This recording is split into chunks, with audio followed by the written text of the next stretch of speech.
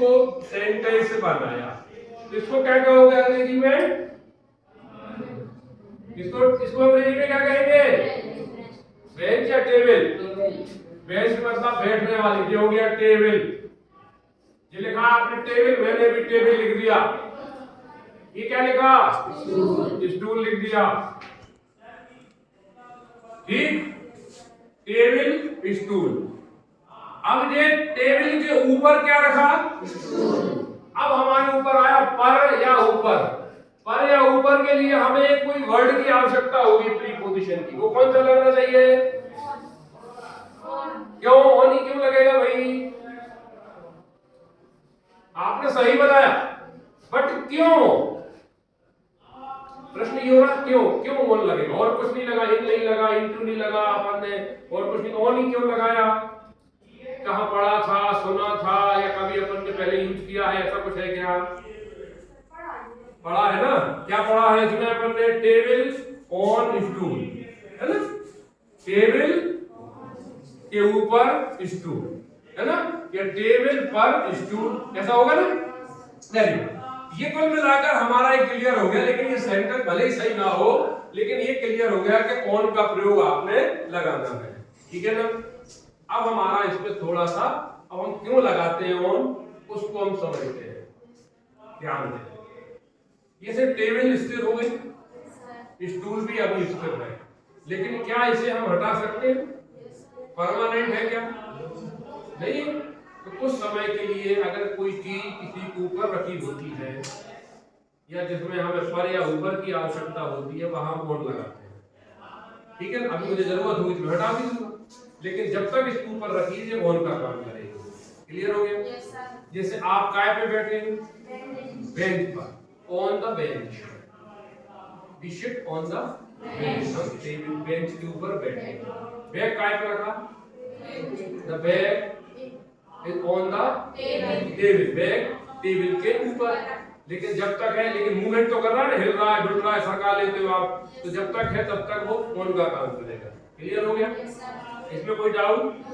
समझ में आ गई? हम इसलिए ऑन लग रहा है क्योंकि ये अभी वर्तमान में स्थिरता की पोजीशन को प्राप्त करे हैं, इसलिए यहाँ पर ऑन का प्रयोग कर रहे हैं।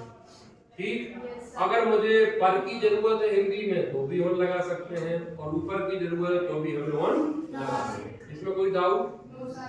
ये क्लियर हो गया? ये पेज, एक कोई कॉपी या पेज है, ठीक है? अब मैं फेंक रहा हूं, अभी भी तो देखो टेबल के ऊपर जा रहा है ना? कर रहा हूं ना? अब ये मान लीजिए आप इसमें अगर जरूरत पड़ी, अब आपका कौन सी पूरी पोजीशन लगेगी? अब कौन सी प्रीपोजिशन का प्रयोग है? तो ऊपर ही जा रही है, लेकिन मैं क्या कर रहा था? उसे फेंक रहा था, थ्रोइंग कर रहा था ना? थ्रोइंग, थ्रोइंग काय पे थ्रो कर रहा था? टेबल पे। वेरी गुड, बस ये जवाब आना चाहिए। टेबल पर थ्रो कर रहा था, लेकिन मैं क्या कर रहा था? फेंक रहा था, है ना? थ्रो कर रहा था।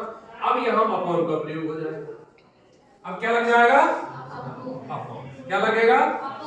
अपॉन है ऑन, लेकिन अपॉन ऊपर।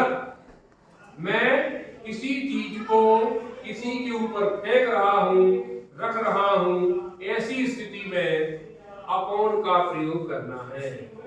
लेकिन अब ये ऊपर आ गया, अब क्या लग जाएगा? अब ऑन लगेगा। अब क्या लगेगा? लेकिन मैं मूवमेंट में था ना, रनिंग, तो क्या लगेगा? ठीक हो गया? इसमें कोई डाउट? सरल हो गया? ये भी हो गया, ये हो गया। अब आते हैं हम इन।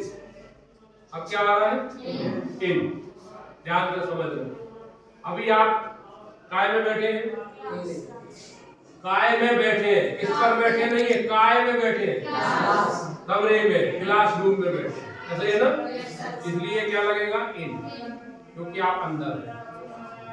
बात समझ में आ रही? अगर के पहले से कोई वस्तु किसी के अंदर मौजूद है तो वहां इन का प्रयोग करेंगे। क्या करेंगे? In the class, in the room, in the hall. बात समझ में आ गई है? Yes, sir. इसका मैंने आपको पीडीएफ बना के भी आपको ग्रुप में डाल दिया था, पूरी प्रीपोजिशन का, फिर भी रिवाइज करा रहा, ठीक है? Yes, तो ये ध्यान रखना है कि अगर कोई चीज अंदर मौजूद है पहले से, ऐसी स्थिति में हमको प्रीपोजिशन इनका प्रयोग करना है जो अर्थ देता है अंदर के लिए। क्लियर हो गया? कोई doubt? No, sir. Doubt clear हो गया? और बताओगे